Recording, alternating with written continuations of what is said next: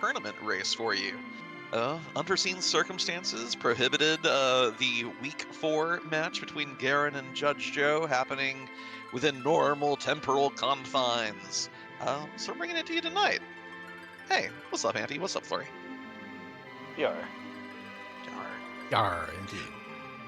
This is your group, Flurry. You're in the Mac Giant group. So what's kind of the situation here? Like, what are these runners playing for? What are they looking forward to? What are the stakes? Well, they're both 2-1, so the winner is 3-1, and I believe, I could totally be wrong, I'm going off the cuff here, would at least mathematically get into the tiebreaker race. I think that's at right. 3-1, and have a chance to auto advance if they win next week at 4-1. Also, this affects most of the matches, particularly toward the top of the group, since there will only be 4 people in the 4-0 and 3-1 pool, most of which have played each other. So it was one of the situations where we didn't really have to roll the top per se, because we were like, well, there's only one way they can play each other there's anyway. only one way. Yeah, there's only one way it can go.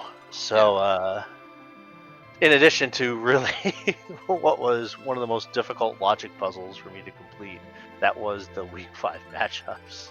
Nice. But yeah, it's you know, you want to get the 3rd win. You don't want to leave it to, you know, one race when it's when you're 2-2, and you make one bad call and you end up doing Baron and Zot and Harp all, and your opponent doesn't, and you lose by 20 minutes. You don't want that to happen. So yeah. Well, looking at the hero and objectives, we got Rosa, so that's at least one mage we will not be slingshotting. Luckily, she's kind of the one that you can mostly get by without doing that. She'll be decently statted and, you know, have her spells at a reasonable point. But none of these objectives, none of them, require a darkness crystal as their, you know, sole access. We have so many key items on the table here. Hook plus Adamant, Twin Harp, Baron Key, Sand Ruby, Pan, and Luca Key. That's 7. That's quite a bit. Rosa usually feels like, if there's a character that I think is going to make my overall seed significantly easier, it is going to be Rosa for me. Yeah. Got a Sparkle and a Rat Tail. Rat Tail, I think, even if I were an anti-Damsian person, would probably motivate me here, just because we have it plus the launching of the Falcon as objectives.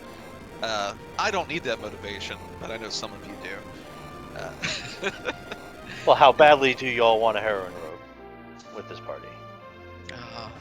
Pretty badly. Although you don't really need it with Palom, as long as there's not like severe anti-magic bosses here at the early overworld. It's not hard to get him as tier 2 spells, and then, you know, a bluff and an appropriate one of those can take care of most business.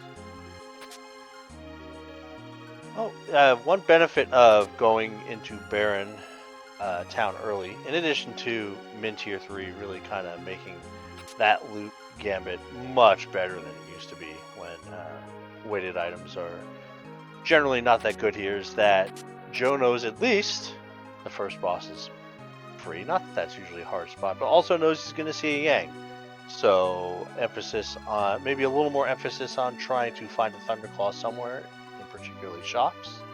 Yeah. Yeah. We do see another, you know, it's a little bit of a meme, but it's also earnest to describe Yang as a mage, because his power comes chiefly through levels, not through equipment. And that is yet another character that, like, no matter what you find, adding him to the team is not going to drastically improve your power in that moment. So I think it makes the Hobbs character here even more relevant to the team as well. Yeah, and I personally think he's the best DPS for the Mac Giant grind, at least being reliable, not relying on low hit percentage weapons. Kane's pretty good, and I think it's a little easy. You're better at getting doubles than I am, but I find it easier to get doubles off jumping than is power punch. But both are Both are feasible. Oh yeah, no, you're right. You're right. Just because the cane part going in the air versus having the message on the screen. First of all, it takes a little less time anyway. But no, I agree with you. I think it's easier to get it with jumps. But you're right, Yang does enable that. And the cute thing is that Charm Claw even can get the job done, you know? Everyone else has really, well, I mean, okay. I was going to say one, but no, Poison X also gets the job done. But it's not hard to find something for Yang to hit quad damage on a Mag Giant with. Yeah, and we've got Rosa, and she's going to get levels regardless. Like you mentioned earlier, she's not going to be Slingshot, so Blink is probably going to be on the table in some way, shape, or form. So if our damage isn't great, it does cost us time, and we're in a race, so that's important. But as far as whether or not it can be done, we have a little more leeway. Yeah. And here's our first real big divergence, other than, some minor looting. Joe is going directly into Antline Cave. I like this play. If you can try to wait for exit from another white mage or from completing Zot, but right now the biggest thing to me is finding the easiest possible fight to let Palom learn Ice 2, and this place is usually it. Yeah, for sure. Public Treasury, don't see this very often. Yeah, Cacklaw's a nice find since we know that Yang is down there, but other than that, it just looks like a bunch of armor for cash. I do like the Elven Bow, but... Yeah, the Elven Bow is pretty great. Dolls at Antline Cave. Thor Rage probably gets this done. With the Rosa hitting as nicely as she does, there's because, okay, one thing, I was talking about the XP to get Palom to Ice 2. I don't think the dolls do it on their own, but you break the big doll down and they... you're just gonna... I don't think you get Ice 2 here, and you're just gonna be a little sad about it, but hopefully you do get the... you skip the big doll entirely. If you defeat the big doll, do you actually get a higher percentage of the experience? You do. I think it's... well, here. I'm not racing right now, so I can look it up. Let's look at these boss scaling stats. Yeah, 432 XP didn't get us there, but that's a magma key, so Ice 2 is now no longer our only Palom priority. Yeah, you need that. You really want the stop spell now. Although, even I think you can bluff enough to where Ice 2 will one-shot an egg, but you really do want to hit level 14 and get stop as well, just to make your egg extremely safe. Yeah, Hobbs should get us there, but it might not with a that. Little short, yeah. Yeah, with those dolls kind of scamming us out of a little bit of XP. Yeah. Okay. So just for example, at the Antlion spot, each of the Calzambrinas is 72 XP apiece, whereas the Calbrina, if you kill it, is 1,072. So okay, it does get the lion's share.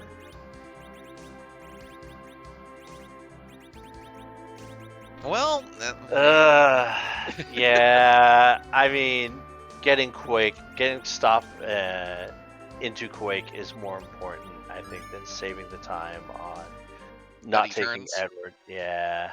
Yeah. Hide, and this only costs you 1 Starveil too. Hide Edward, Starveil your Palom. Rosa's getting XP no matter what. I like that he didn't try to push, 1,000 damage through 12 different turns and just decided to wait for the Mega Nuke. Yeah. Something I'm totally guilty of, by the way. Okay, and we do get the 4 levels we need. That'll get Stop online. And we're ready to go crack an egg. Did we start with 1 Siren or 2? One. I just caught it in Guerin's inventory. There's a world where you want to ensure that you get it on 3 characters just to make sure that the 5th character gets a slingshot. I don't think that's important here. I wouldn't be surprised to see an immediate cracked egg into setting up a discount double check for Joe. Yeah, the big exception I could possibly see here would be if you do get the Luca key from the Feymarch freebie, you can... It's easier to get the reflect kill on a trapdoor with a Starveil the fewer characters you have. Unlike, right. if you have the big team. Oh, and OBS, your shared screen of OBS did the thing. So Did the thing. yeah, it's just showing us the overlay without gameplay. Thank you, sir. Thank you kindly.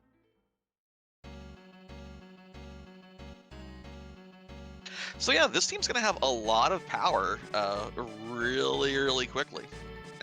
Palom with Quake, and I know that we have at least a +5 and a +3 piece of stat here. He's going to be tearing through any overworld fight that lets you use magic on it. Yeah, and you also feel good about not going to Evelyn and spending the extra 3 minutes on opening a treasure chest there when there is a Palom on the table who has Quake now. Yeah. And I mean, if you do want to go back there later, now you get to loot it without resetting out of the fights. Like, just Quake cleans up 2 of them, Rune Ring protects you while your team takes care of the ogres, and if you have, I mean, we've seen an Elven Bow on Guerin's side.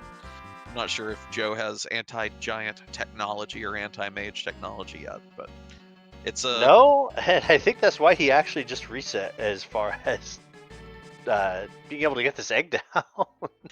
You gotta bluff it up. Yeah.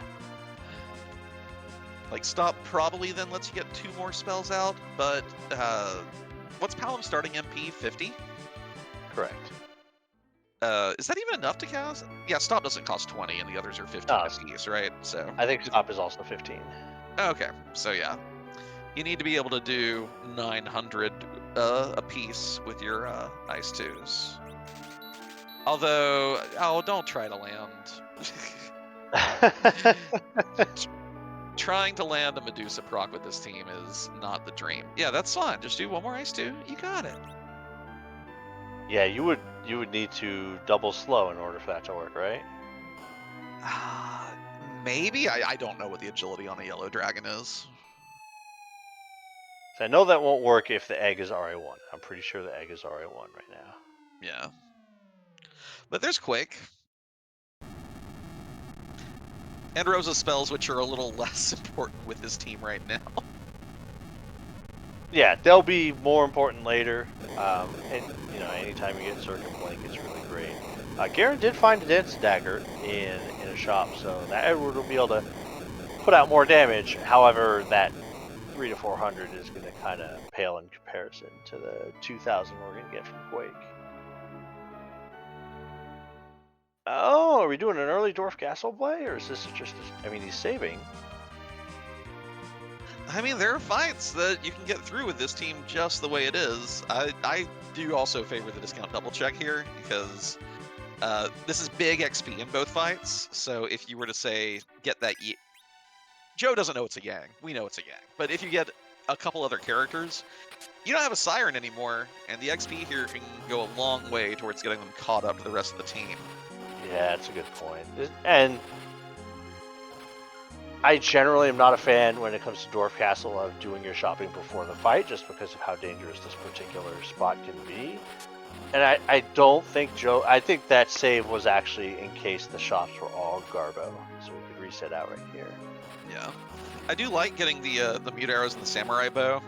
Again, with how powerful these teams are going to get, we probably won't go back to Evelyn, but I like having something like that that can just dish out tons of damage to any mage type, not just Mad Ogres. But we see Magus Sisters or Sura, and Joe's going to be very happy to have looted those pots by the big chocobo down there.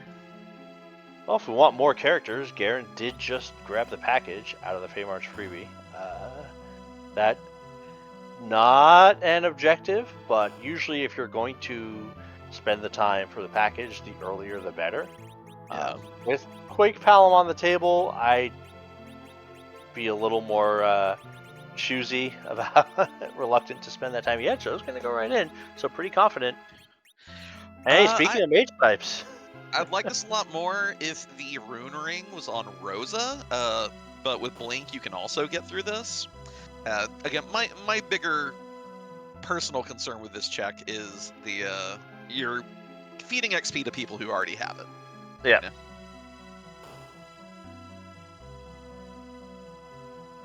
Yeah, getting that Yang, the extra 40k from here is pretty significant. And we've saw cat claws in that particular shop. Guerin has one cat claw already, and double cat claw Yang, but given the frequency of it, we're getting to see a lot more of it, and the power punches there are pretty respectable. Definitely a large step up from a lot of the Garbo numbers we're used to seeing from Yang in the early and even the mid game. Yeah.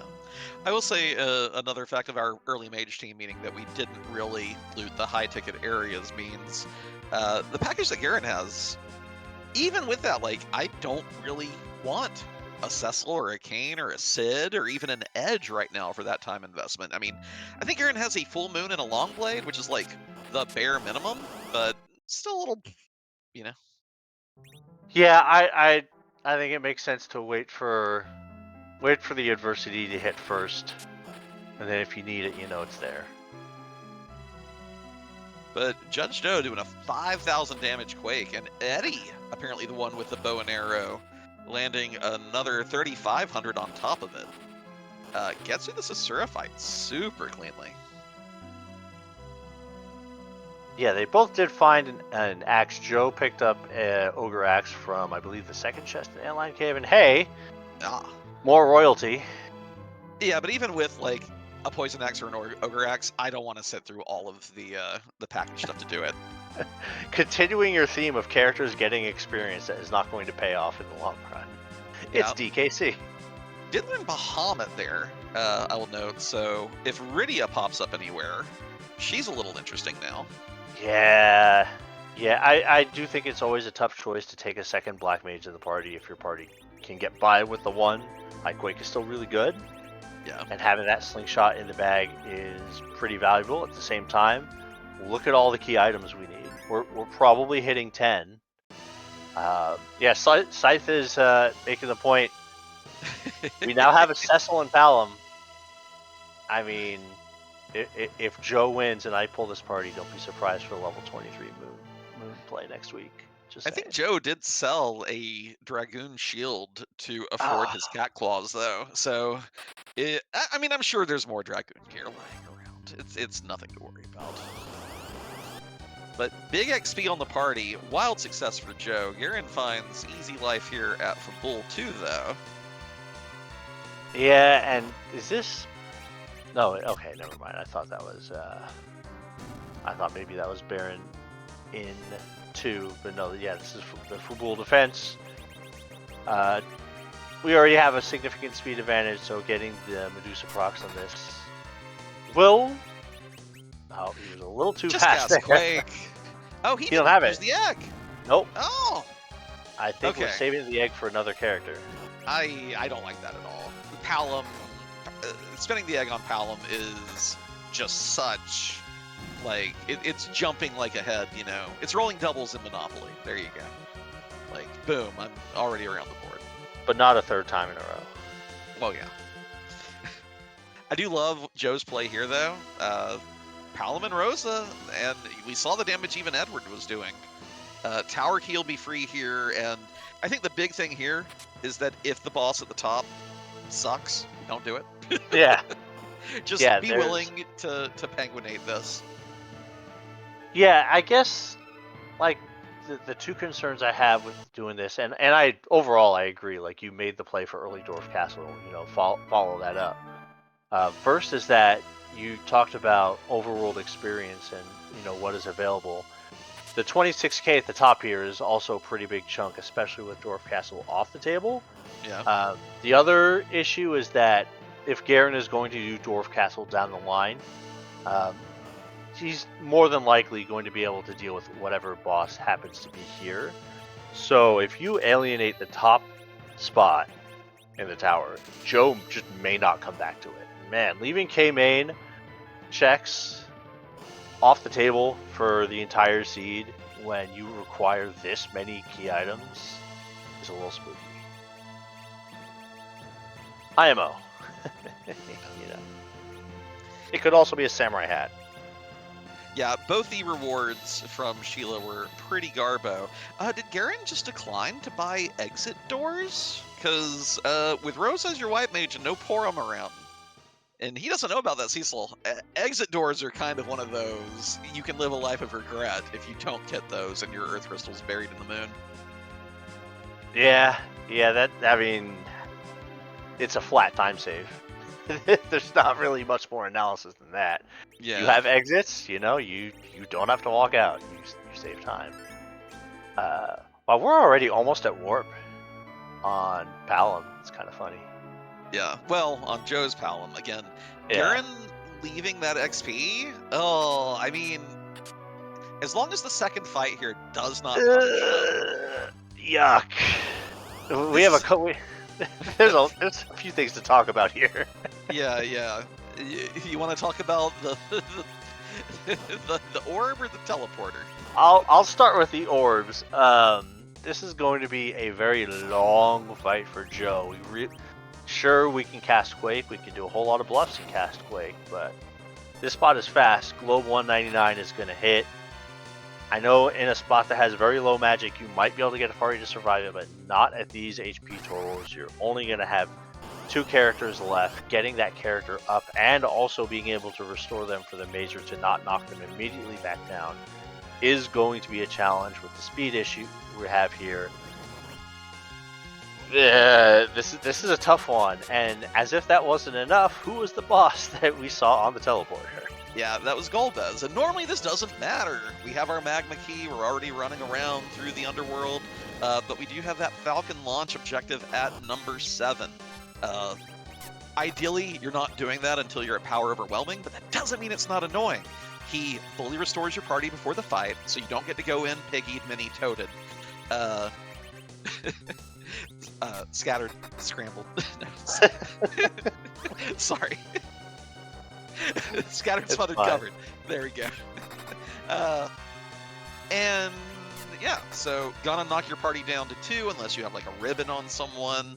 And the spell power is also kind of low there, so he won't even be doing that much to himself. So if you can avoid that as one of your 6 objectives, you'll probably be happier for the time investment. For sure. And then, like, just to show the nasty bosses can kind of keep coming, Val is on Baron in 2. Now, Val at Baron in 2 is much better than Val at Baron in 1. There is no magic defense here. And because she's taking turns doing Ray every other turn, in combination with the low speed here, we're actually going to get her down pretty quick. But if board AI had been online, you probably don't have heal potions, and Palom taking all but 1 HP worth of damage. Little fortunate as well, but we do have our 4th character. Yang's on the table. If I don't think the incentive to crack that egg is going to get much better than right now. Yeah, like, I mean, you could be hoping to get a 5th character in Slingshot, but there's your walk-in sack of HP for the team. You already have a Cat Claw. It's hard-pressed to do better than this. And yeah, Globe taking out 2 of the characters on Joe's side. They can take 1 Mazer, and that's about it. So we got to get Cure 2s up. We don't have potions, so hopefully Rosa does not take a Globe in the future. But while this is all happening, that Defender is healing it for 1.5k. Yeah, I will note one good thing about this, just because of the confluence of Joe's current vitality totals and HP totals, and whatever gear he has boosting it as well. Palom and Edward both did get lifed up for more than 10% of their health, so they are able to survive the Mazer release. Sometimes you're in a situation where you pick your team up and they immediately get Mazered again because of, unfortunate balance of vitality and the other. Rare moments of the vitality stat playing a major factor in a fight. Guerin finds the less annoying blue robe on Hobbs. If this had been the gauntlet, it would have been like, should have grinded, but nothing so far has really punished him for hoarding the Siren. Joe's also going to run into an MP concern, I think, here at some point in time, right? Yeah, I saw him burn 1 Cure 2 a minute ago. So, This may end up being just like a, oh, yeah, let's go to the VOD. I want to know what time Joe entered this fight, because I can see this end up being a wipe. I mean, not to curse a runner, but just one of those things where if they're going to lose that much time, I want to know how much time it was, so. Yeah, and I think what we were talking about when it comes to not wanting to orphan a location like this. And hey, all right, we got through it. Okay, Left up weights 5K plus. Got the job done. I stand corrected. Yeah, and extra XP coming out the wazoo for it as well. And the Earth Crystal, 2 more characters. Treasury, not an objective there. Yeah, and we don't really have a lot of characters that are going to benefit from this treasury at the moment.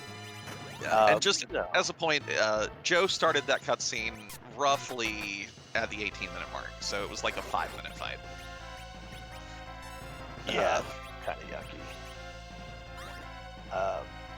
Yeah, I guess another reason I'd kind of want to use that egg right away would be just as a little bit of insurance for this Ordeals 3 fight, whatever it happens to be. I mean, around the world Yang, we love to see that. Woo, there it goes.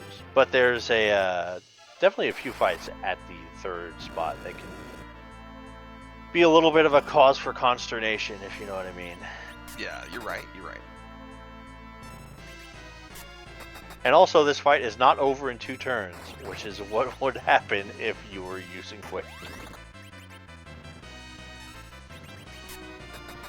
Yeah, it's a tricky balance, you know. Do you think that saving the Siren later will give you more time on the back end, like if it enables you to set up your slingshot?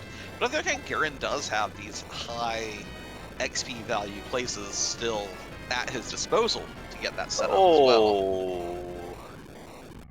Did you see what Joe got from the super cannon? Yeah, that's the pan.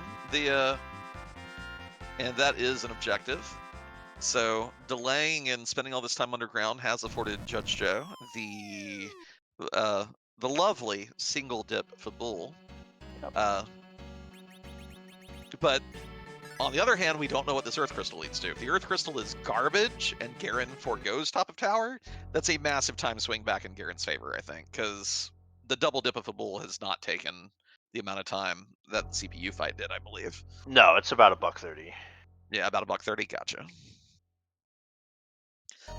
But of course, a huge pan reward, just a crystal ring. I say that, but that's fantastic agility manipulation. I was gonna say, that's actually we're pretty much guaranteed now for Rosa to hit 28 agility in some way if she doesn't get much higher through the grind. So yeah, and also that gives dragon defense.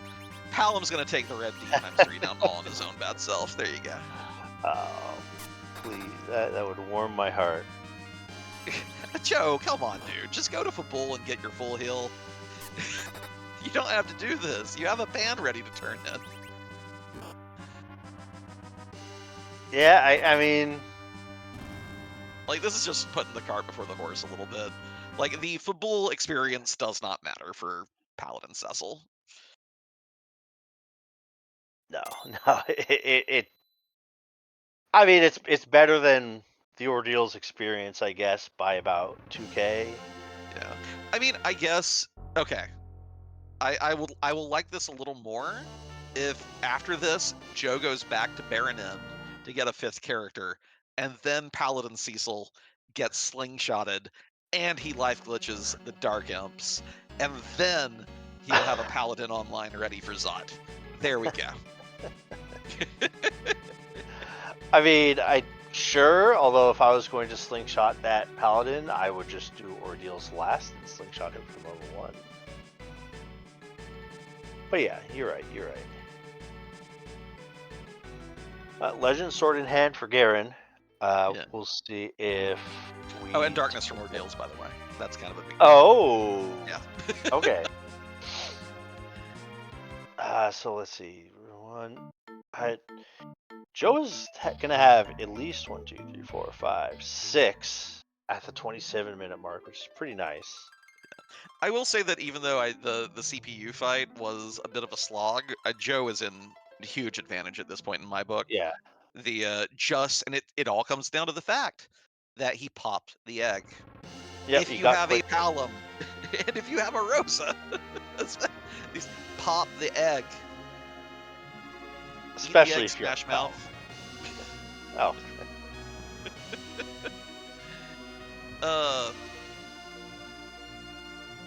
Anyway, around the world, Yang cannot kick over a fault line, as Quake is going to pretty much do the job on its own.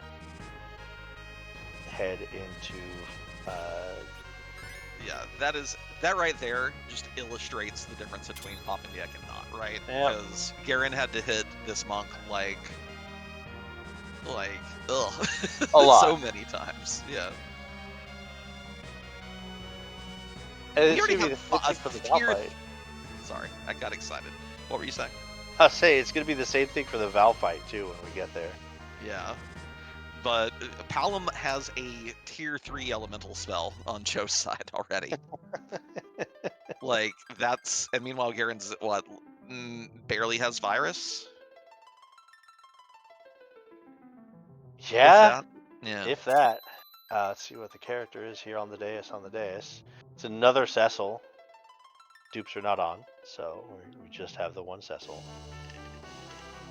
That could even be worse for Guerin. If that Cecil makes him pretty happy with the team. Well, no, he still has an Edward. You're not happy with the team if you have Edward, right? No, Yeah. you're not. Yeah, unless you see a spoon, and even then, with this particular with Palom and a siren in hand, I'm not too concerned with spoon word, and would not hesitate when it comes time to grind to just dump him for another character. Yeah. So Guerin's logical play at this point is probably Egg plus Dwarf. Huh? That'll be my guess. Pardon me. Sorry. I do wonder if this now puts Joe in the position where he's going to get, a few more key items before even doing Zot. Do we take out the Feymarsh bosses and try to do everything in one go? Yeah, that's a good question. Like, the big thing for Joe, I think, is, especially after he goes to Fable and finds that it's not a whole lot, Joe is going to be aware, hey, duplicate Palom. There's just not a lot left on the blue planet, which means you're probably not going to want to try to get to 10 key items before you grind. Won't surprise me if he does Zot to redo his party before going for it. It also says we have the pending treasury, but Zot would have to give Baron Key, probably, to not put people into let me do my Mac Giant mode. And you're right about the egg part now on Guerin's side. So, one stop cast, and then just with whatever you got. You could Bluff and Virus could probably also do the job. But yeah, Lit Arrow is not the arrows you want to be using, that's for sure. One Medusa arrow left. Does it do it? It does not. All right, start swinging.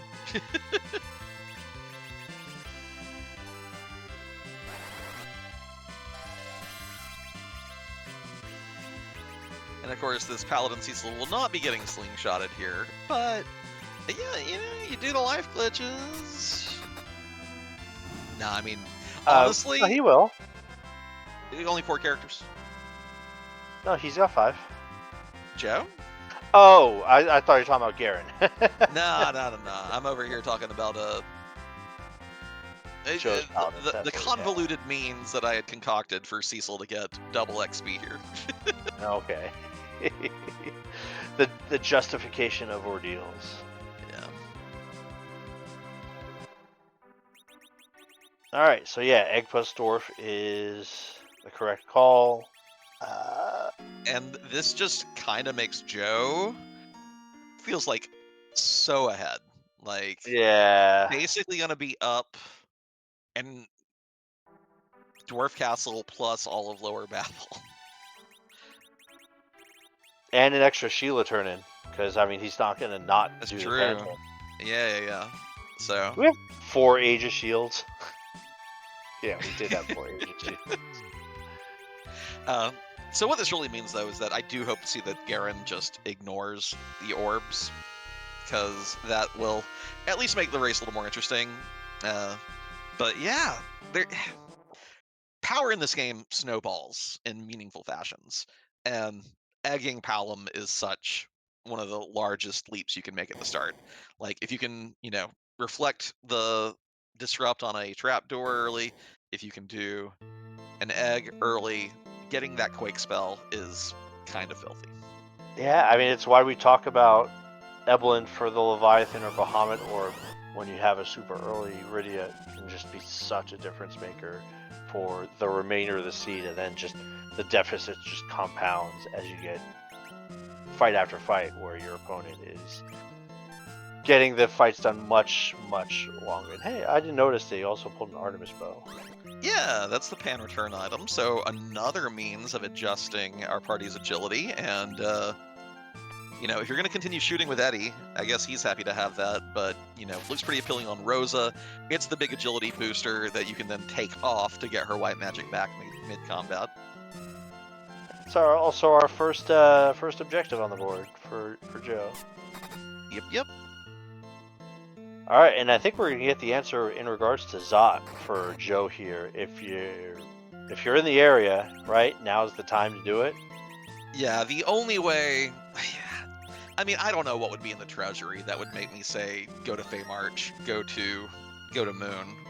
Like, with how many K mains were Zonks, I think you got to do Zot here, because technically it was Fabul, Sheila 1, Sheila 2, all were whammies, right?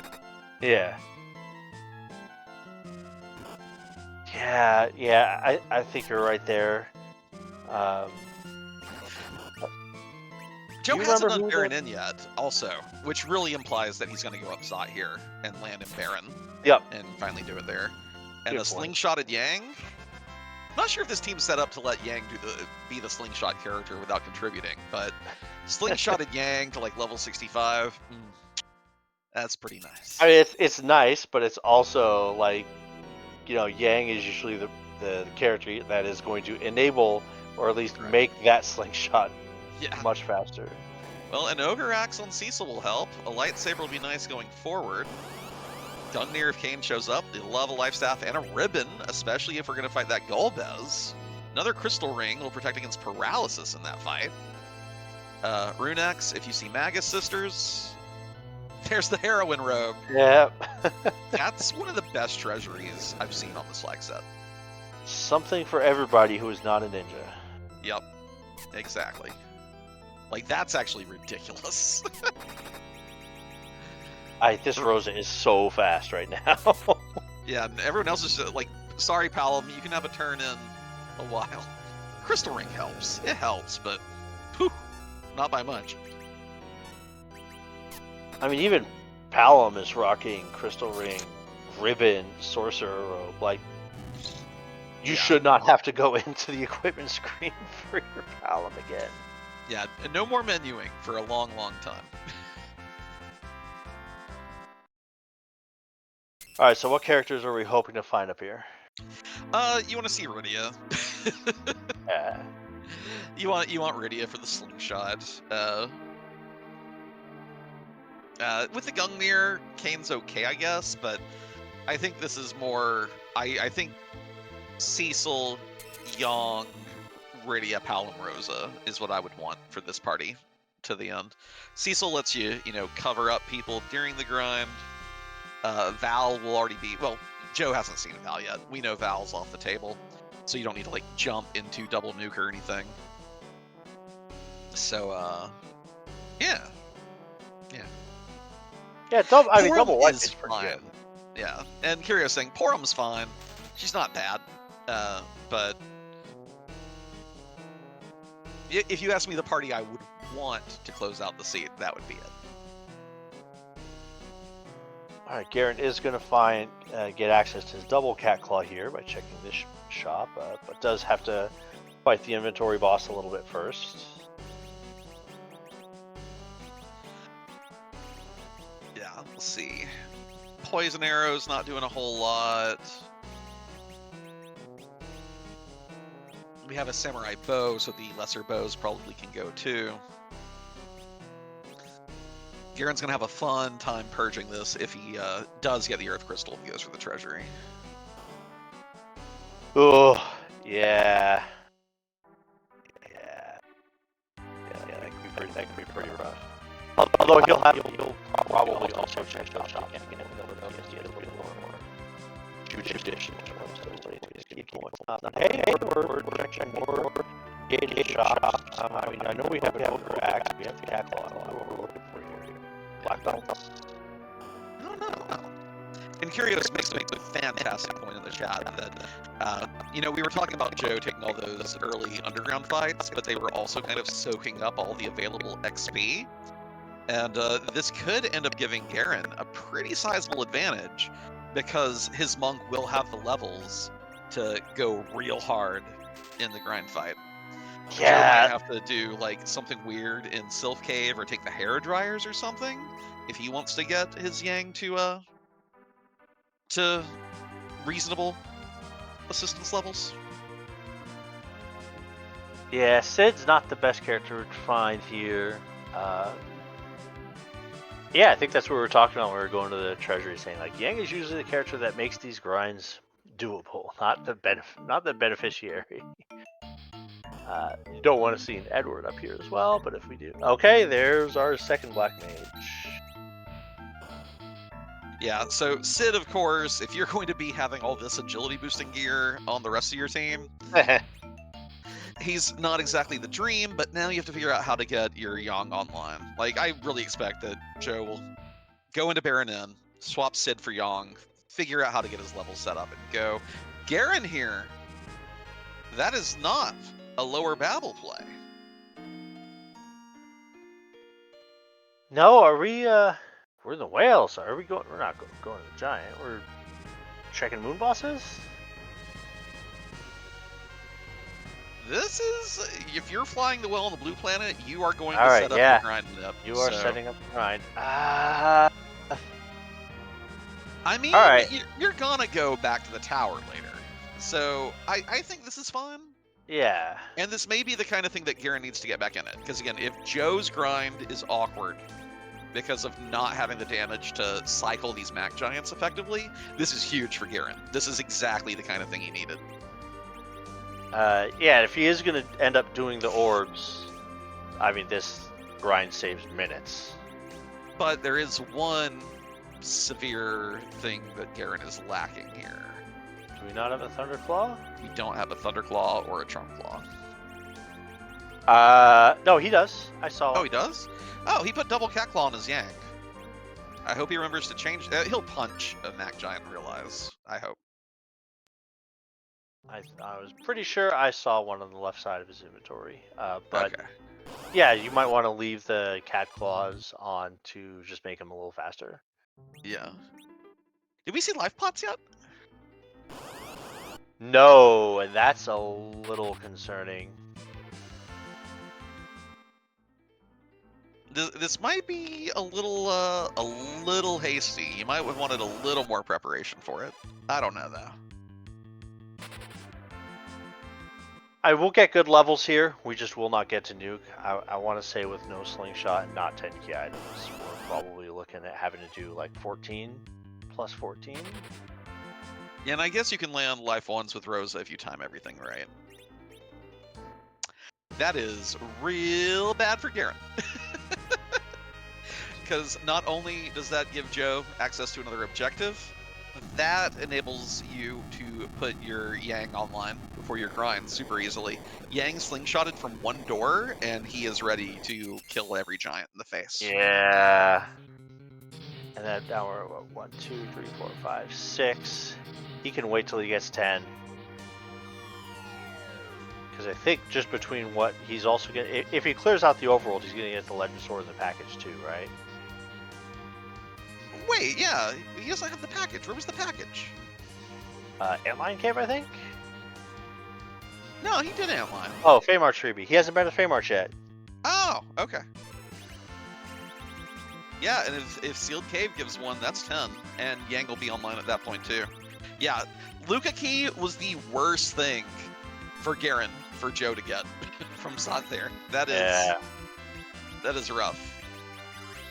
Like, how's Joe gonna set his Yang up? Well, here's a way. Heck, if you really wanted to, you could let Palom sleep till he's 5 levels behind. That might be overdoing it, but you could. I mean, that'd be pretty rough, because that means someone how are you killing your it's going to be tough to get to that point. I think that's getting a little too cute. But yeah, that's too cute. Gotta right. try. I think it's just you slingshot Rydia, and the other 4 are fine and dandy and happy. But I would go for 10 key items in Joe's position. His team's so strong, and he knows he did that. He knows what he pulled off at Dwarf Castle. He knows. So you know what he did.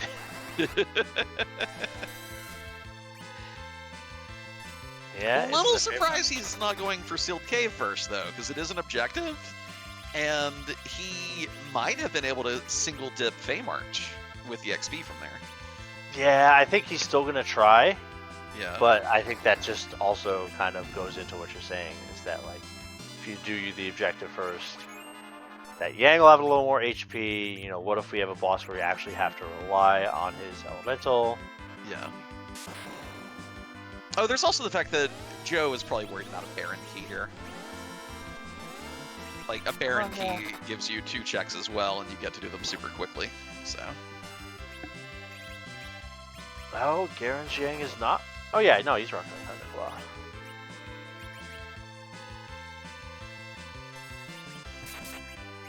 He must have got it a little later in the fight.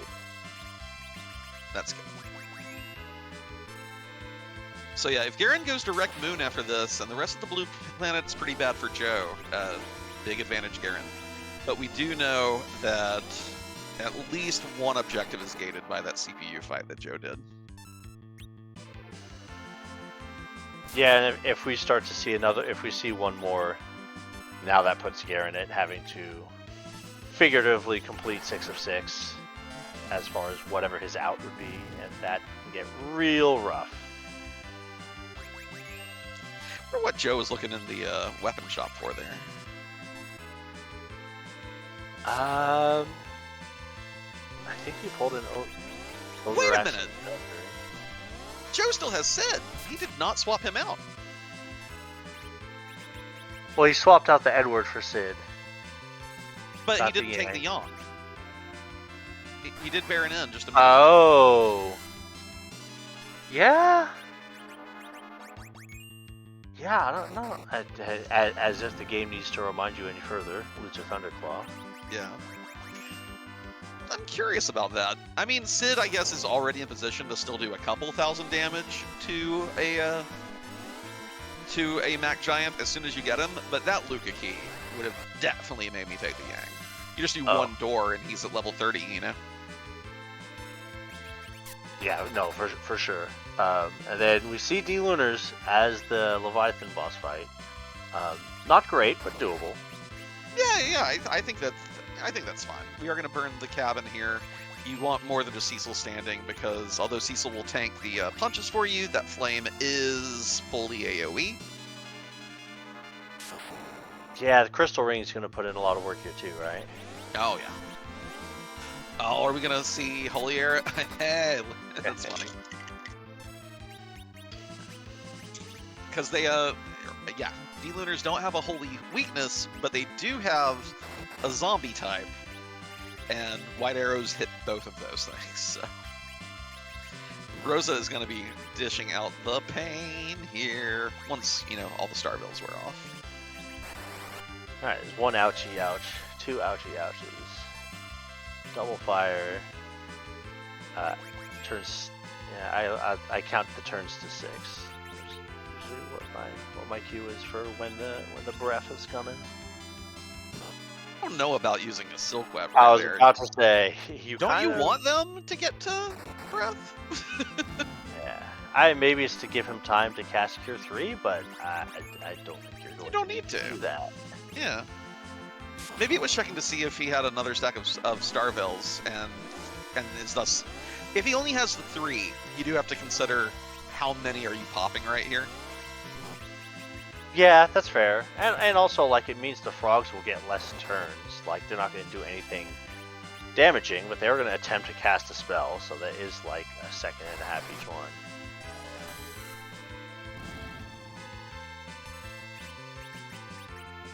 Is the plan here to let Rosa get hit, cast heal with Cecil, so that Rosa can then stand back up and Zerk herself? Yeah, I think so. Yeah. Unless she's wearing the ribbon. Oh. You may just not need to do that. Right. It was on Palom, but he may have moved it to Rosa. Okay. And hey, single frog catastrophe avoided. We're gonna Zerk with the white arrows, and now I don't even think it's time. Maybe you have the one spell queued for Palom, but look, we're doing 10k. I don't even think it's time efficient to do anything other than put your controller down. Yeah. I mean, I don't know. This Fire 3 might do quad 9s. Okay, no, never mind. If it was one enemy, I would have liked that because of the 35,000 at the spot. It would have brought it down to where 3 arrows would kill it. But given that it's split among them, Rosa kills each one in 2 hits, no matter what. Single target Fire 3 would have saved you 1 rotation, but who cares? All right, grind is done on Guerin's side. Bonus Ogre X. That'll help you with your Magi grind. We're pretty close. We're in the high 40s. But definitely not there yet. Reward for Joe is a glass hat, which... That's kind of funny. Oh, go ahead. I was going to say, while very useful for the grind that we're going to end up doing, is not a key item. Well, I was going to say that really enables the Antlion fight in a meaningful way, too. Stay at the inn, run on damage tiles till Cecil's babied out. Till everyone's babied out. Heal Cecil, and then Palom has enough spell power to deal with the Antlion. You could even move Rosa off center and use the aim command to avoid counterattacks. So Joe very easily could have full cleared Feymarch there, but I don't hate leaving Antlion either. It's slow, but like that does give Guerin an out. Yeah. Granted, not a great one, but if Baron Key is there, it's danger. Because now I don't think Joe goes back to that Antlion cave until clearing every other check in the game. The Antlion cave. That Antlion boss. The Antlion cave is wherever Antlion is in the scene, and you should always fade it. Some people incorrectly say fade Antlion cave, meaning the dungeon where it is in vanilla, but that's wrong. Always fade the cave where Antlion resides, and now you're living the cave. It's now called the Land of Summoned Antlions. Alright, so Guerin is going to do the orb fight here, so no surprise here. In fact, I totally get not going immediately to the moon and clearing out at least the double check you have here for the tower. Yeah. And we'll also get the knowledge that it's Golbez down the hook route, which Guerin did not yet have. So... Yeah, I don't know if knowing that means I'm going to do an extra check. Oh, well, okay. About the Baron Key. I did kind of call that, right? Like, if the Baron Key's there, like, ugh. Yeah, that's fantastic for Joe. That's 10 key items. We've not grinded yet. Nothing has stood in his way. Joe has to be feeling fantastic about his routing. Yeah, and the advantage that Guerin is going to have with a fully online Yang is now completely Uno reverse card by Joe having 10 key items and not caring about any of that. Doesn't even really have to worry about slingshotting his Rydia, to be perfectly honest. Yeah. I will note, though, that in my defense, Joe's Sid has done absolutely nothing for the team. So I still would have liked the swap, but I also can see that it doesn't really matter. Not with how everything's come up for him this seed. I mean, Joe's seen Val, although I guess there's the only way we would see a character that we're likely to take would be the Sand Rupee, but I mean, if a Porum shows up, I wouldn't mind swapping out Sid for the world. Yeah. Swapping Sid for Porum seems eminently reasonable.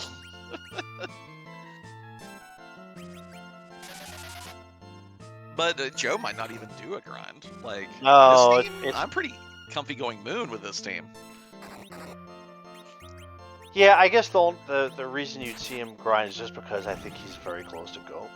He's rapidly approaching Go Mode and may not need to clear out a chunk of the Moon bosses that would be required for him to get to nuke on both the kids.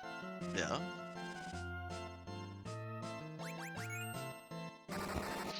We'll see. I'm surprised, Evil Wall, you are still standing.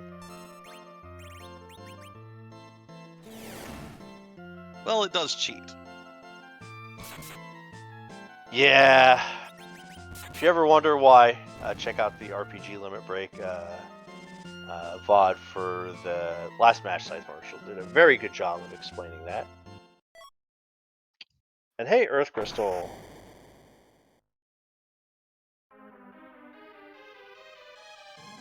Here we go. All right. Dead Wall, Rydia 11 levels. Yeah. Like, Slingshot, who needs it? We're going to Baron Castle.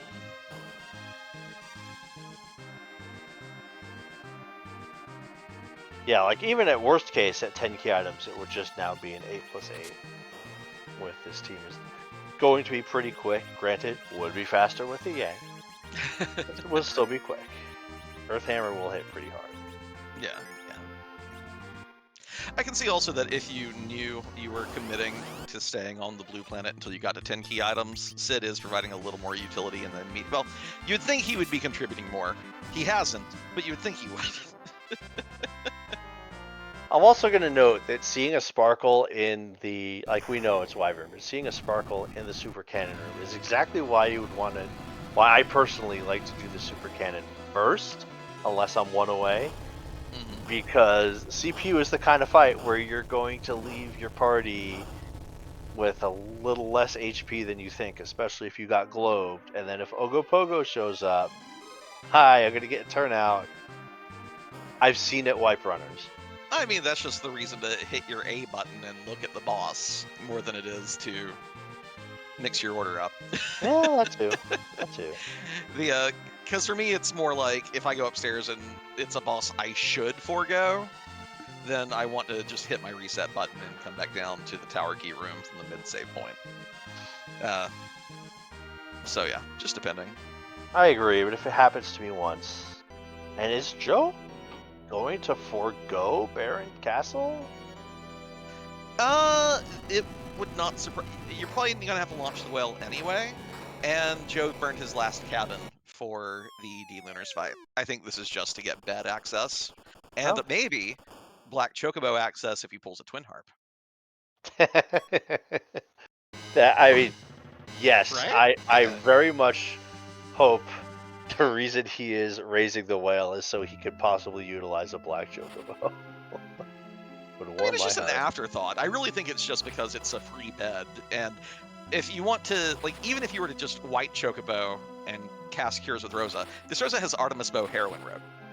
She's not curing anyone. No, not any cure that is not single target for it. Hey, there's our life potions conveniently located in Mysidia.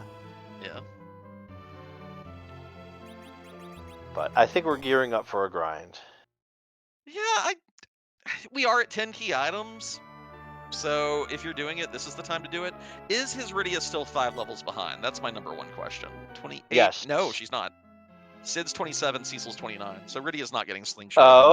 Okay. Yeah, I was only comparing to the top. Oh, back in the airship. We going to Baron? Is this just for a setup, or are we going to do this and then set up? Would be kind of cute if he did the setup and then went and completed Baron Castle and then went to the Giant. Yeah, if this was the plan, then Rydia should have stayed dead during the Evil Wall fight, so you'd have the bonus slingshot on her. But there's nothing wrong with it. It's just the letting her stay alive made me think that the plan was to keep going and see what else we find down here. And yeah, if Joe is still on battle speed 3, that is going to be a flat time loss on the grind. It does make doubles a little trickier to get, but we also don't have the hang, so it is going to be very tricky to get doubles with this team. Yeah. And did he actually buy the life pots there, or did he just look Yeah, at them and leave? Okay. he did. Because the 10 key items, you definitely don't need as many. But No, he bought like 28. is this the fight 7 fights to get your grind set up? It looks I reset at 5 or 6, even if I shouldn't.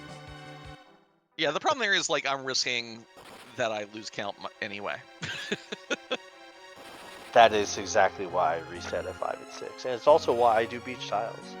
It's easier for me to remember if the tiles are changing. Guerin here, not chasing the Pan or the Earth Crystal, coming back to Feymarch for the immediate objective. Wonder if he will also pass over Antlion or not. Yeah, I think for his sake, it'd be better if he does do Antlion, but then if that Antlion has nothing, it's just time that you are going to give to Joe that he is not going to spend at all in the seed. Yeah. It's kind of funny though, because Guerin did kind of go for, oh, my grind is online, let me do it ASAP. But the secret first grind that was online was the Solitary app. That was the real first one, and it's given Joe a big advantage here. Because also Joe is not going to leave his grind short of nuke. Like, Joe is about to be ahead in levels and checks very, very quickly here. Yeah. And there's also secret fourth grind, the orbs at the top of the tower, if you really wanted to do it. Well, yeah. I know there's an orb grind emote out there somewhere. I don't remember who has it. I will not. Joe should be getting single rotations here, even without the Yang, because Rosa is... No? Never mind. There she goes with the lightning arrows. He bought a big stack of them earlier, and Artemis Bow, Heroine Robe. Yeah, that's 3,000 up pew pew.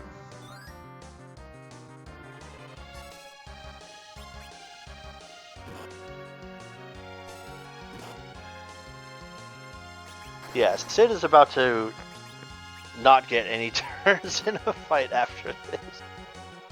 Poor guy.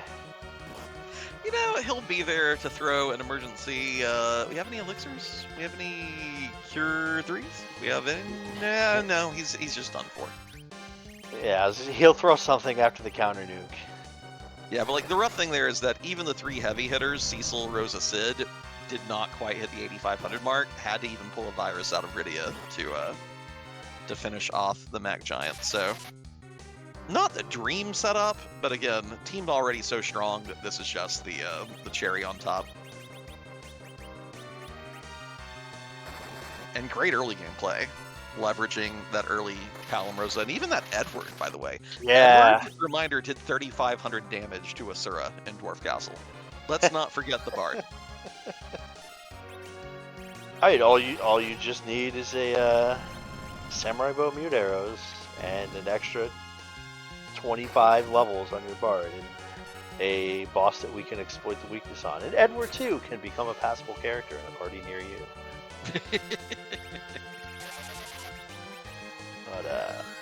But yeah, like really just going into Dwarf Castle that early and reaping the rewards immediately.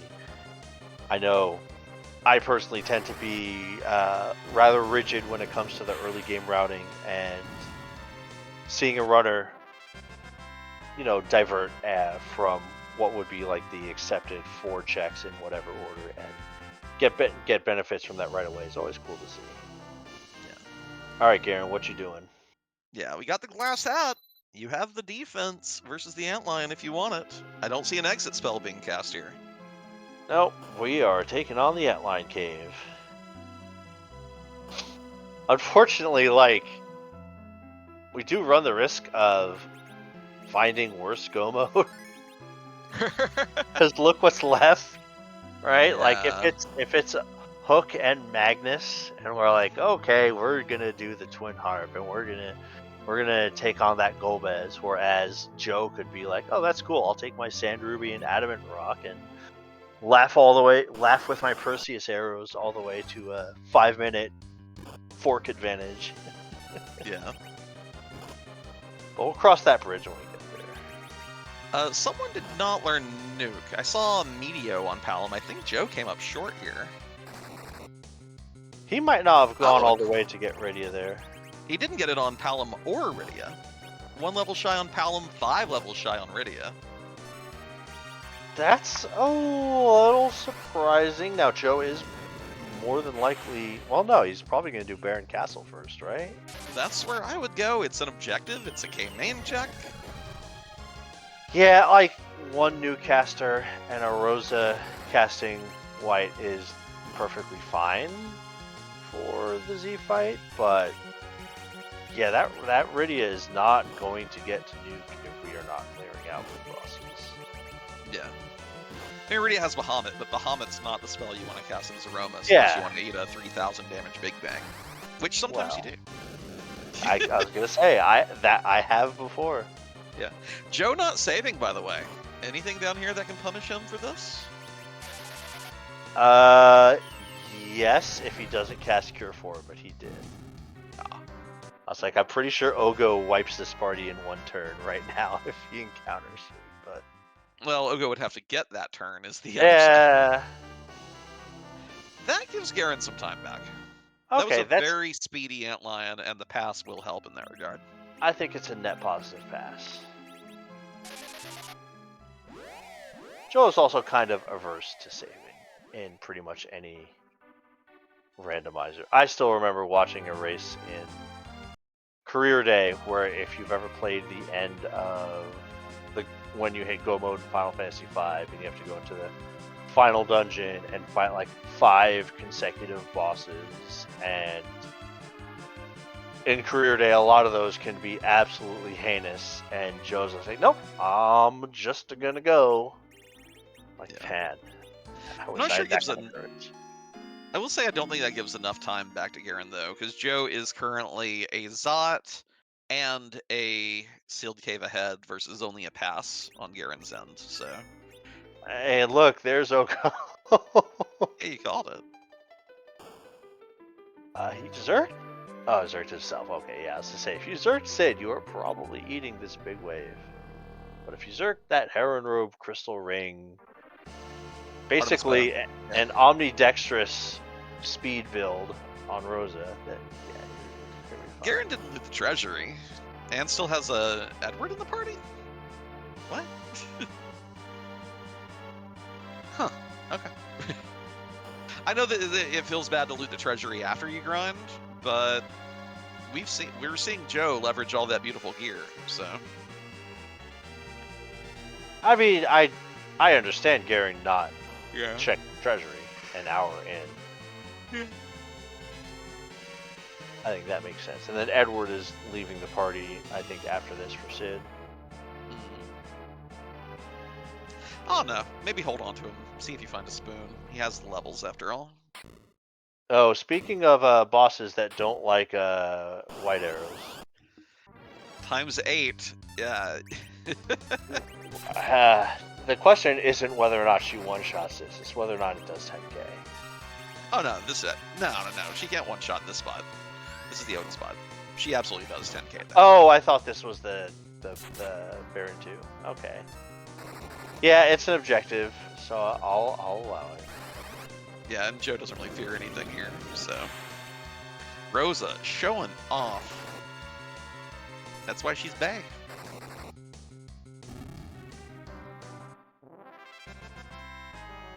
Just a sword grab. Another one of those. Don't really need it. And that's objective number 4. Yeah, we still need 2 more key items now. No boss objectives left for us to do. Very rare for us to pull a 0 moon objectives, but you like seeing that kind of variance once in a while. From a spectator view.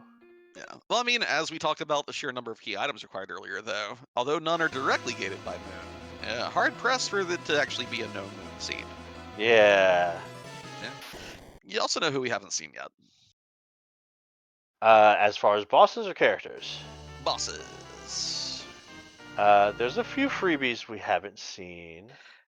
Well, I don't think this boss is free on the moon. But Okay, is she one where that's she gets? one of the. I was gonna say we about didn't see the guards, but no. Nah, D-Mist is who I speak of. Oh. Yeah, where's D-Mist? I mean, I love a good anti-day 4 bait. If it shows up. Yeah, we may be asking ourselves the question of, do you bail on a D-Mist? Go to the moon. Anyway, Joe's Paladin knows Nuke by now, right? He got it from the Odin Throne fight. I would imagine so. He's at 10k out of that should get 40k. Kane a little late to the party. I think you can still ditch Sid here happily, now that you know you have to go moon. Well, he will not do it, although he still may not be doing it happily. Esper and I down on Guerin's side.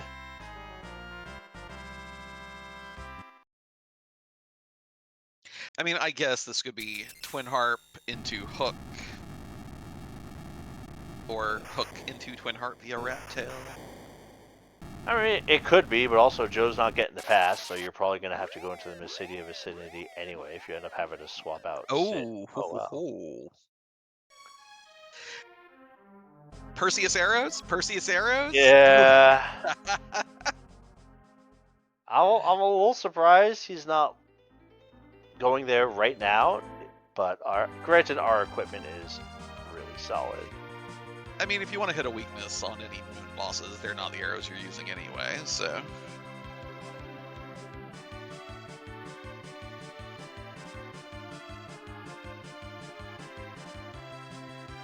Alright, Guerin gonna knock out Sealed Cave. It's an objective here.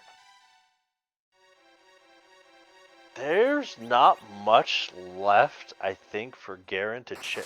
Like, what is out there that Guerin can check before Joe? Did not get Nuke there.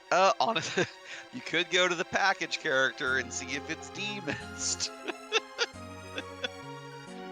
I mean, we saw that play in the last race I commentated on. Joe here is going to do moon top down. Makes a lot of sense not having the pass. You don't want to fully rewalk this place twice if you can help it. And it really takes away top down as an out.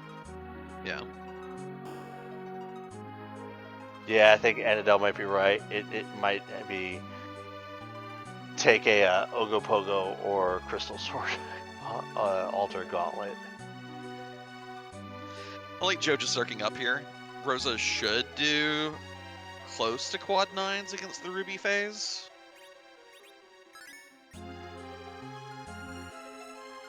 Yeah, was that Artemis Mute? Yeah.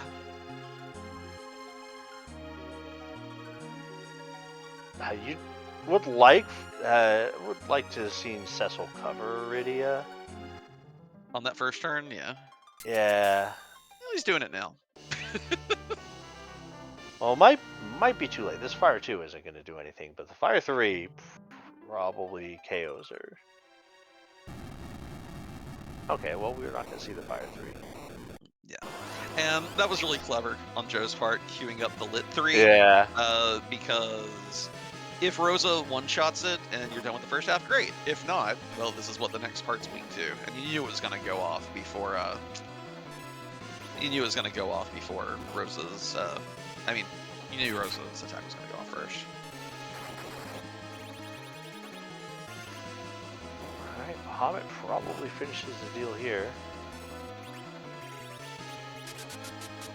No? Okay, well, I guess more arrows. There we go. I always damage a tornado by shooting an arrow into it. It's very Don Quixote of you, it feels like. Speed up more people. Faster. Faster. Faster.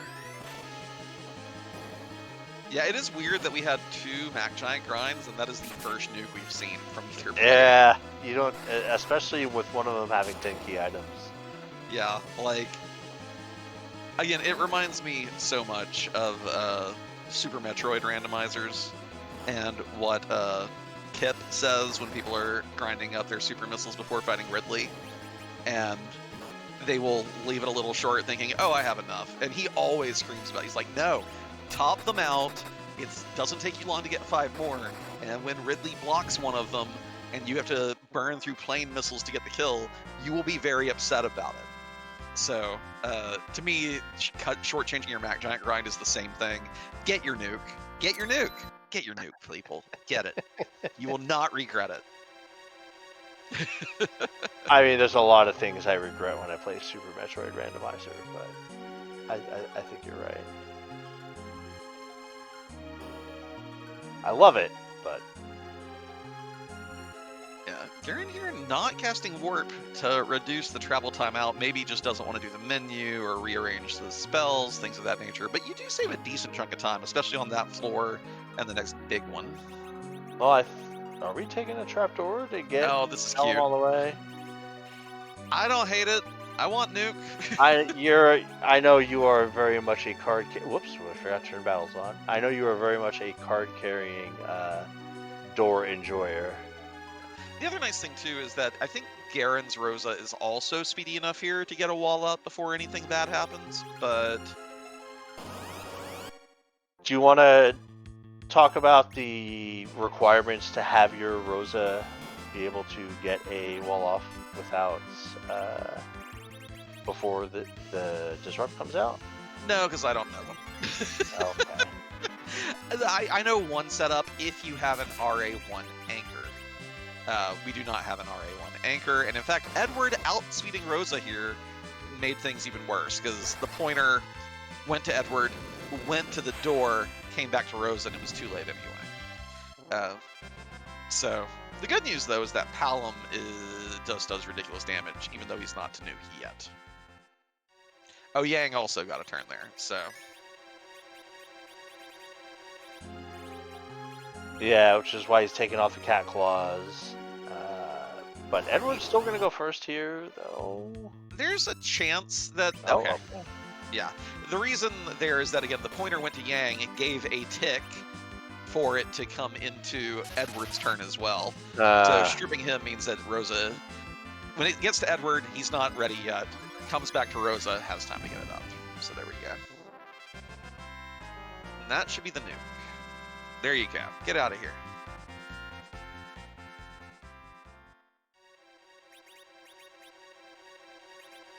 Joe here trying to find a hook, a twin harp, or a sand ruby. Finds the spoon.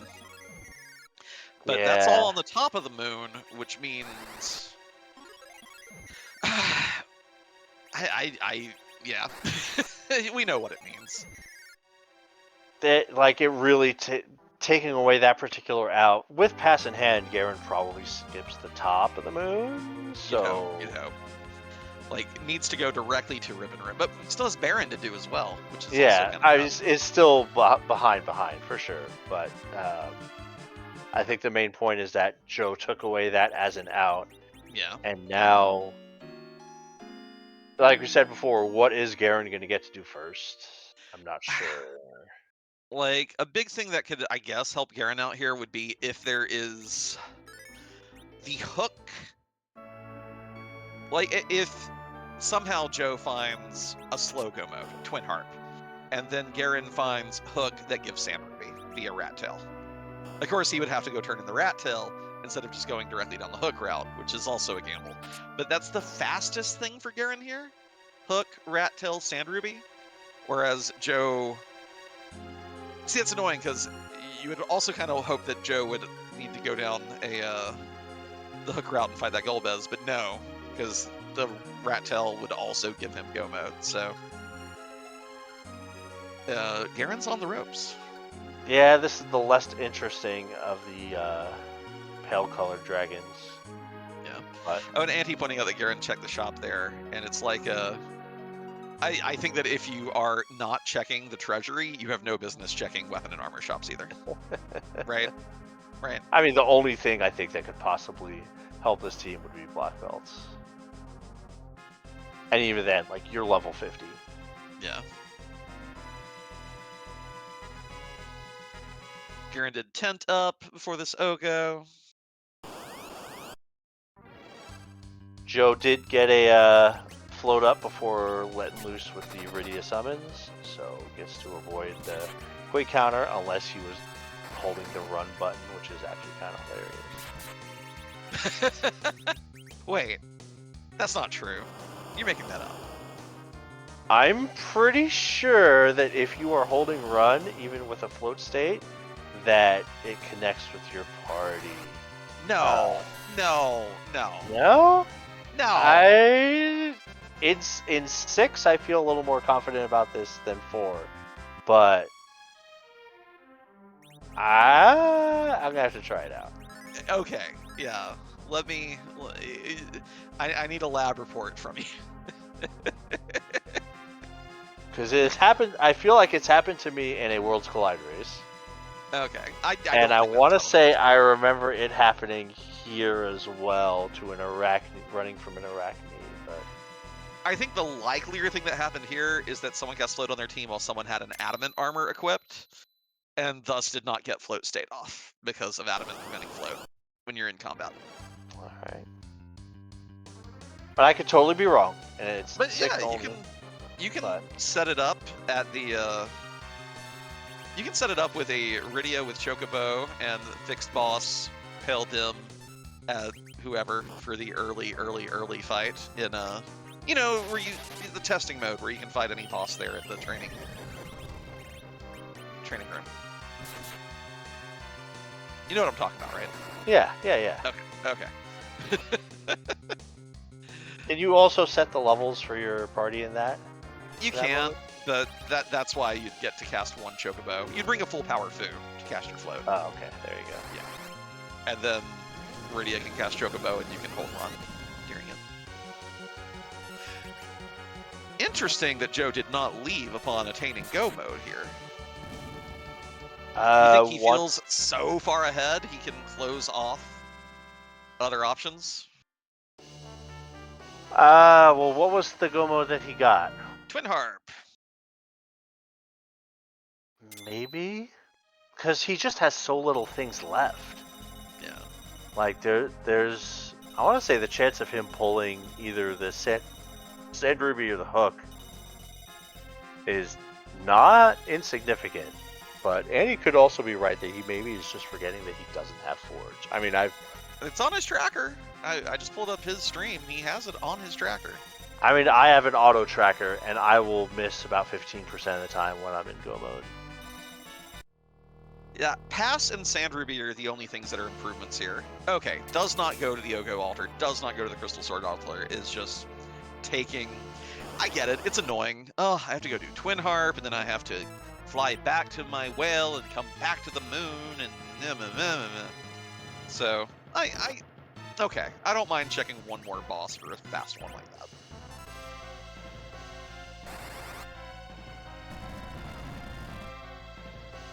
Is pretty bad news for Guerin, though. Guerin would need to pull a Demarine or get real wild with it and go all the way to the Ogo altar.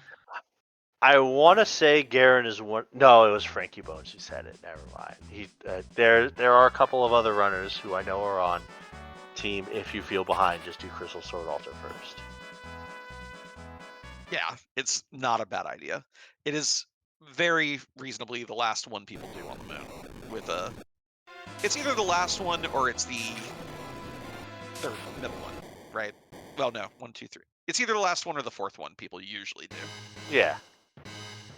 Femist is on the table, but the problem is there is a go mode already in play, so Guerin would really have to swing for the fences to go for that one. And would even have to feel behind, which doesn't necessarily feel that way.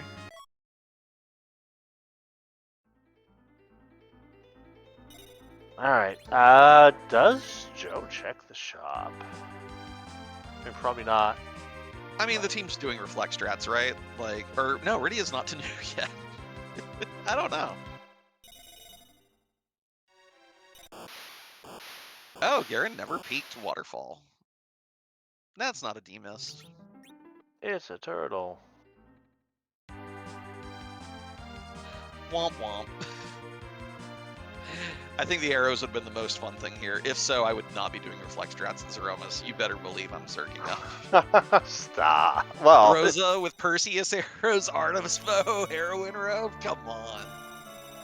You know that you would be wanna see pretty that. good, but also like, you know, you're going to go in with a very, very high agility anchor into the Z fight. No, I mean, it won't surprise me if we take the Heroine Robe off, put a Sork Robe on her, and then start with Artemis Bow and take it off. We even have Crystal Rings. You might not even Oh, equip an look Artemis at Bow. this. Did you see what was in the Wow. shop? Siren, Oh, Heroine Robe, man. Leviathan. What was the fourth one? Does it matter? Okay. I think it was a bow. So if you had gotten that forge, you could have just not had to do a Mac Giant grind at all. And I did want to see it, like when Joe stuck around and even did Sealed Cave before going to do a Mac Giant grind. And I'm like, it doesn't just do Baron. You just do Baron. Why not? And, you know, what a different outcome we could have seen with that. Yeah, Joe's not. Didn't actually check the shop, I think. He didn't. That was Guerin who did. So he's not. That's actually to his benefit because it's not going to spook him mentally. Like, Guerin made the decision to get the grind early, so it's not like you're going to say, well, this is something I could have done differently. Yeah. Joe might have felt completely different when seeing those sirens there. Joe, you have a ribbon equip. What? Or does he? Did he take the ribbon off? Wow, Galaxy Brain if he took it off right before coming here. Like, did he explicitly remove it, or does ribbon not protect against stone? I mean, if that's a Galaxy Brain, I think the Universe Brain is to have Iron Rings, but... Well, yeah. Oh, hey, we can talk over heart music. Oh, that's good. I've been actually, people have been asking that I do this. Like, I would rather hear your thoughts on the boss most of the time than... But I want to hear the heart music. I want to know what it is.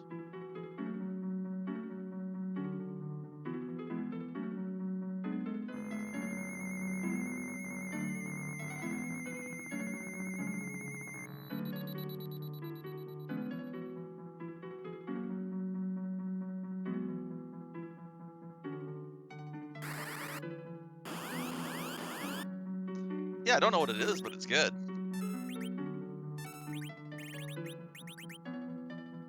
Leviathan here would maybe have been a little more interesting early in the seed, but even with the spell power, I mean, spell resistance here, Yeah. this Lit 3 is about to be real pleasant to watch.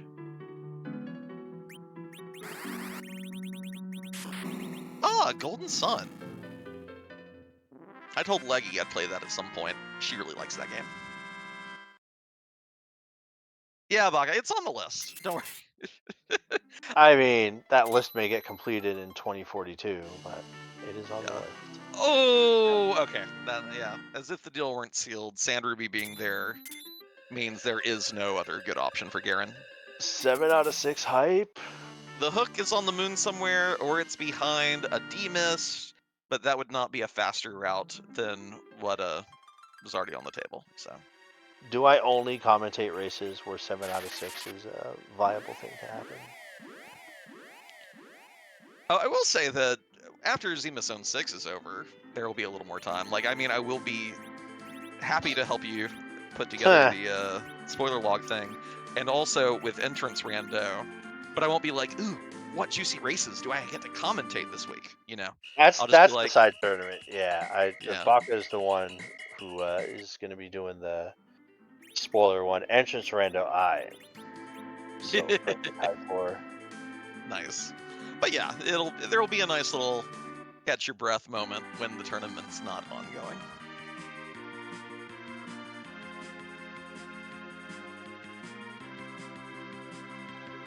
Kyrios, I wanted to be matched up into you. I wanted to feel a little more in control of my own destiny. But what can you do?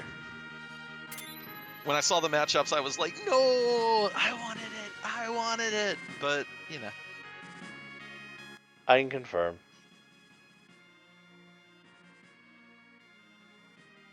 Yeah, I've only done one entrance rando seed, and it's super fun. Like, I kind of hope that I just get my butt kicked at the start of brackets, or even before then, just so that I can play more of it. Yeah, we need to figure out a flag set for it. I mean, the Fu Wario is great for testing, but it's Yeah. not what I would use for a tournament. Yeah, I mean, it's nice because it does mean that it reduces the number of paths you have to keep checking for. Like, you don't have to, your notes still need to be good, but they don't need to be extremely meticulous. Yeah. I'd probably want to go heavy on the overworld objectives. I also don't like that version of Wario because I would want the moon to be in play. I remember I didn't really put up too much of a fight, but I was like, I disagree with that because I feel like the LST is the least exciting thing about Dorando. Really? Okay. Like playing the guess the path to get to the LST is always fun, but then after that it's just the same. That's true. The dungeon itself would need to be randomized a little bit. Maybe one day there will be extremely advanced door rando, and then, it'll be real chaos. What was the last time I had when I finished a Fu Wario entrance rando? I want to say it was around $130. But I'm still very much in the I'm overly cautious and taking notes and probably trying stuff I shouldn't do in a fight. But it's also like it's Fu Wario, so that flag set can be anywhere from 55 minutes to oops, I rolled a D-mist on Ogopogo Altar. Yeah. All right, Joe is heading down to the Z fight. We do we'll see which of the bajillion Z sprites we get to draw today and who is in mortal peril. Does anyone know his current agility setup on Rosa, or do you think we'll get a peek at it before the fight? I don't think we'll get a peek at it before we go into the fight. Okay. So this could be interesting. I mean, Joe probably has kept good track of it, but I mean, if that Rosa is kitted out, Crystal Ring, Heroine Robe, Artemis Bow, the danger there is the rest of the team not getting a turn when you desperately need one. Yeah, like you're on the clock sometimes with the Rough Flag Party, and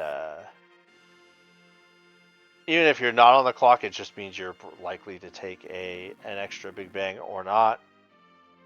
Really don't want to have to go through that, so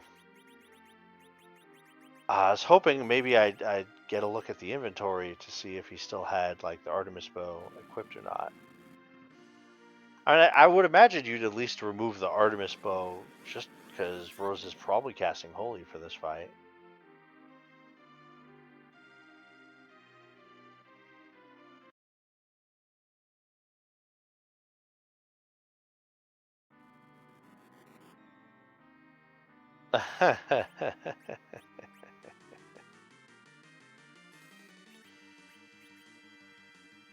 I mean, I guess it's only missing the hat question.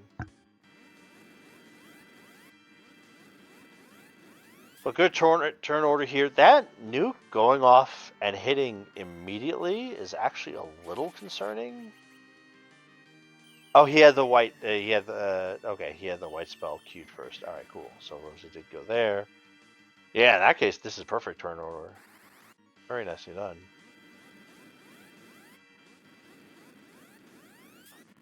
Yeah, I think this is gonna be fun. When did Rydia get her nuke? She caught up. Yeah. I just assumed that's what that Odin fight was for. All right. That would do it.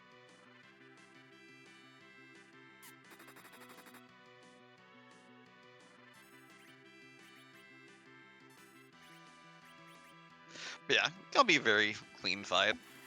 Not Yeah, much to worry about here. not too much to really talk about this fight.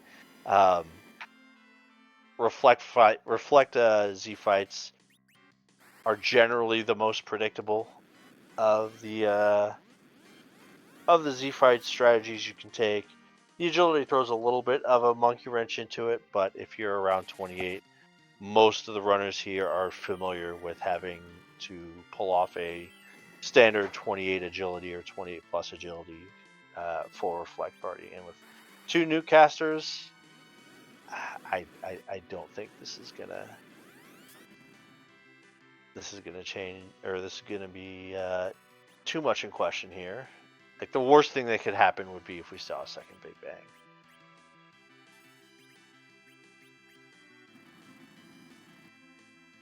I mean, there's the shake. I don't think it's anything to worry about here. I mean, I think even if we do see the Big Bang, whoever gets, like, Sid or Cecil throws a life pot on one of the kids, whichever one's speedier, or even Rosa, and a direct spell should clean up whatever the last of the HP is. But that's the last of the HP.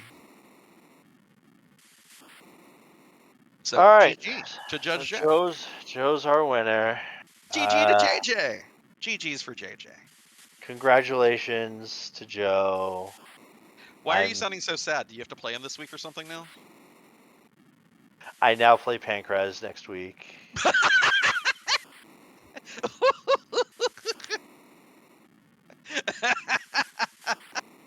Don't sound too happy about it. No, it's just like.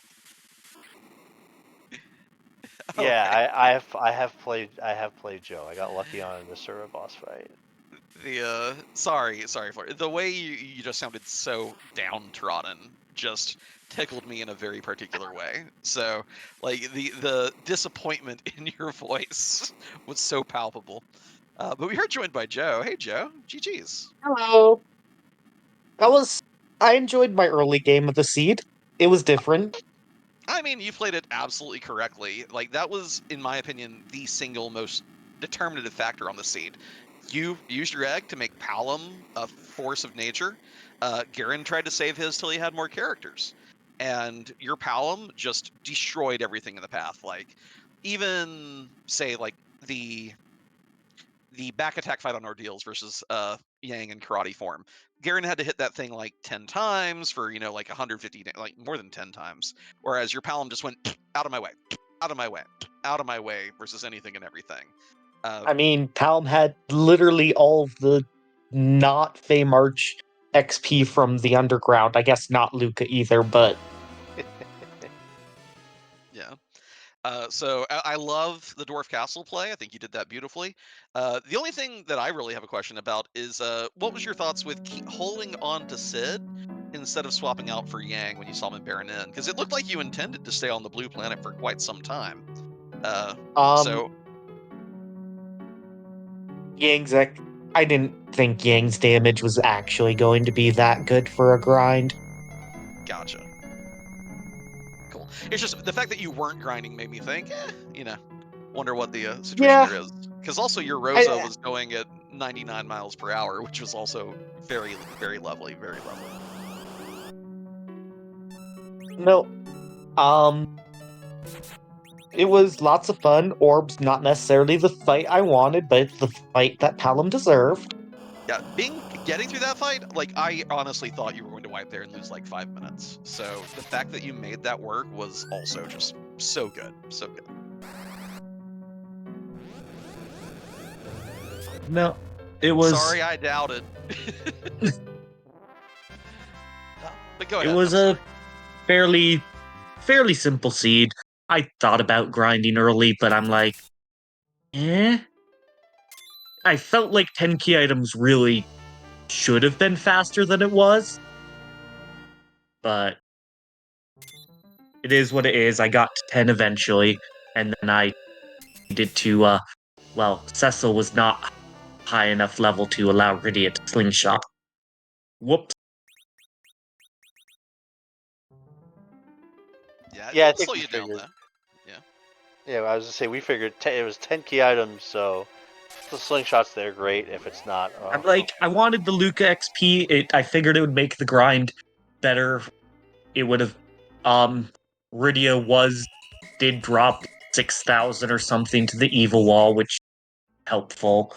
But 11 levels put her to level 28, and Sessa was not 33. For all I know, he was 32, but he was not 33. And I did not discover that till I went to rearrange Rydia's spells and saw level 46.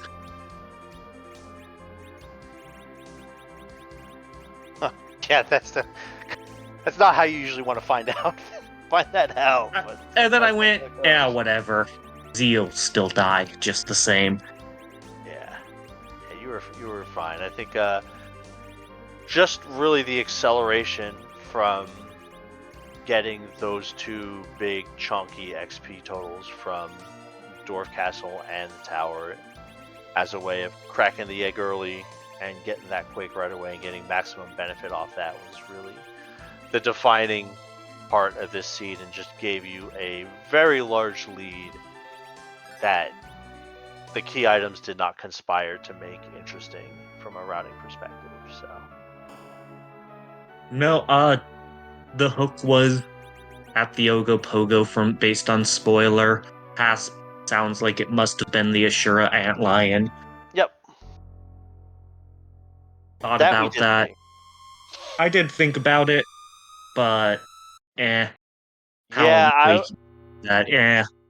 I was a little worried that maybe that spot was going to cost you again, but then I think that was when you pulled the Baron key, and Van and I were like, oh no, he's fine.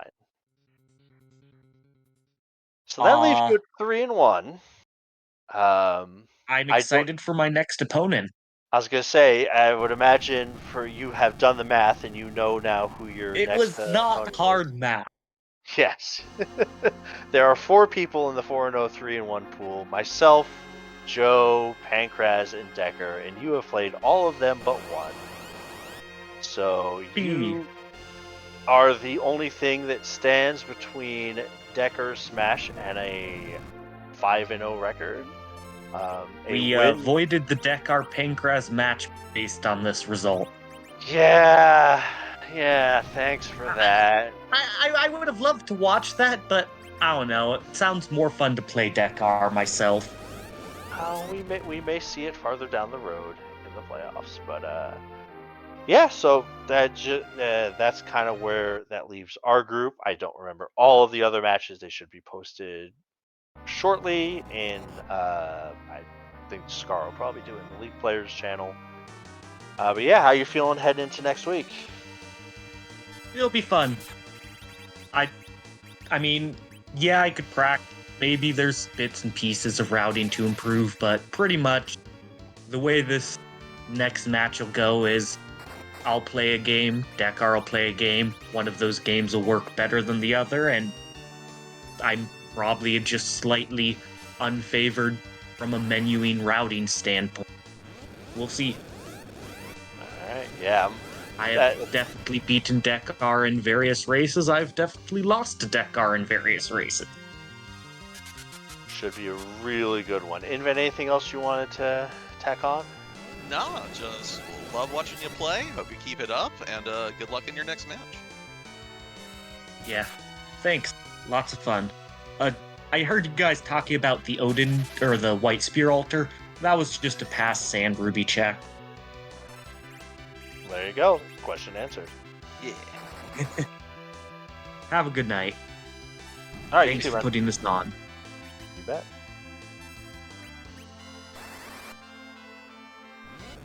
Looks like Guerin is doing hybrid, I think, with Spoonword and a very high level Yang. I mean, this party's pretty beefy. I don't think we have too much to worry about. Yeah, like, it's kind of funny, because although Reflect Hill strats are the speediest option, there is always the risk that, like, your mages are going to underdo it a little bit, you're going to need a full-powered Big Bang, from which you have to recover. The hybrid strat is kind of safer, because you do have all these other players, all these other characters, buffering the queue. Like, it is it's almost foolproof to a degree. It's just a matter of time. And with these HP totals especially, I don't think there's much more between Guerin and clicking that dot done. Yeah, do we see a second Big Bang on Guerin's side? With Pound doing quad 9s, the Cecil's a little underselling it here. Cecil only doing barely above 4 digits.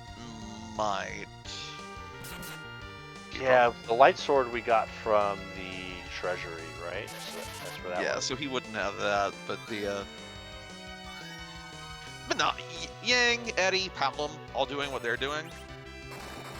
Yeah, Yang alone is your win condition here.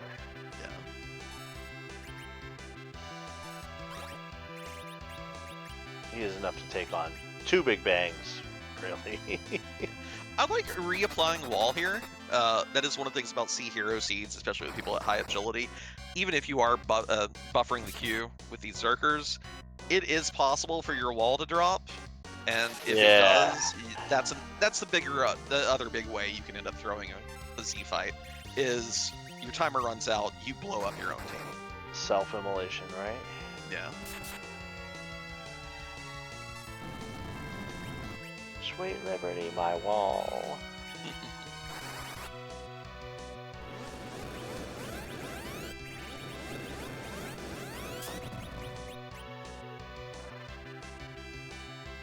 That do it.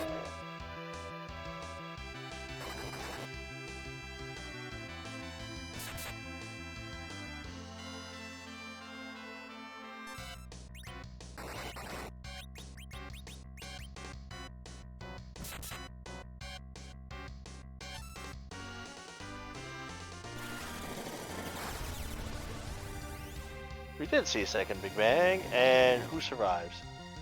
I mean, Edward can't, but Cecil taking a nosedive as well there, though. A little unfortunate, but yeah. Did you say Yang's a win condition? Looks like it. In more ways than one. Well, we do finish it off with the holy cast, so there you go. Guerin gets the job done. Like a really well-run seed from Guerin. It's just you don't anticipate your opponent getting an early 70k experience in the first 20 minutes, but that's what happened. Yeah, Joe is one of the best players running the game right now. Like we've seen who he has played and beaten, and you know, even though he's lost to who he's been competitive with so far this tournament. So tough road to hoe, but still a great performance. And I believe we are joined by Guerin. GG's. Although you are muted on your Discord settings. I don't know about your hardware. Well, it's a sign somebody does commentary often when the audio settings changing. GG's, man. Well done. GG. I mean, I think the only real question we have at least I have, regarding how that seed went was the decision on when to crack the egg. What was your game plan for that? Well, I was trying to find a better fifth than Eddie. Didn't find one immediately, so it's like, all right, guess I'm going with this. Yeah. Because that was ultimately the single thing that the seed really turned on, because you both did mostly the same things in relatively the same order, but Joe popped that egg as soon as he got underground the first time and just proceeded to quake his way through nearly the entire seed. There were a few other cute things he did, but just like even the overworld fights, being able to one-shot them instead of having to plink away at their health little by little, just bought him so much time early game that probably ended up being roughly the margin of victory even. So it was just that one small choice upon which like the entire seed seemed to balance. Yeah, that makes sense. Okay. Yeah, I think that puts you at 2-2. So probably winning their next match would get you into the tiebreaker, and then we see what happens from there. You may have done the math on Actually, no. Yours could still be a couple different people. So, but that should be posted in just a second, within the next few minutes. I believe every 2-2 is I'm eligible for. Yeah. So, because I think we posted Blues Cubs just because that was the matchup that ended up being the same in both scenarios. So we're like, oh, might as well look at the schedule. So. But yeah, you got out of facing me in week 5. But yeah, any thoughts or plans going into the final week of Swiss? No, not really. I'm hoping for a nicer roll of the wheel this time around. Well, you do not face me, Joe, Decker, or Pancras. We're all playing each other next week. I at least have a chance. Good times. Yeah, the wheel and I, we've had issues, but yeah, should be a pretty good match going in, and I think the tiebreaker for this group particularly will be really exciting because, as we both found out, there's a lot of difficult matches in this group, not just even at the top. Like, there's a lot of good players in this group, so being able to get out of it is an accomplishment in and of just making the tiebreaker is an accomplishment in and of itself. Invan, you have anything else you wanted to ask before we wrap things up? No, that's about it. I'll note that there are currently no races scheduled for tomorrow. I assume everyone coming out of this weekend. And also, with the delay before getting these matches out, there might be some that get posted tomorrow. So stay tuned to the League Matches channel on the Discord for what to watch tomorrow. And yeah, enjoy this culmination of the Swiss round this coming week.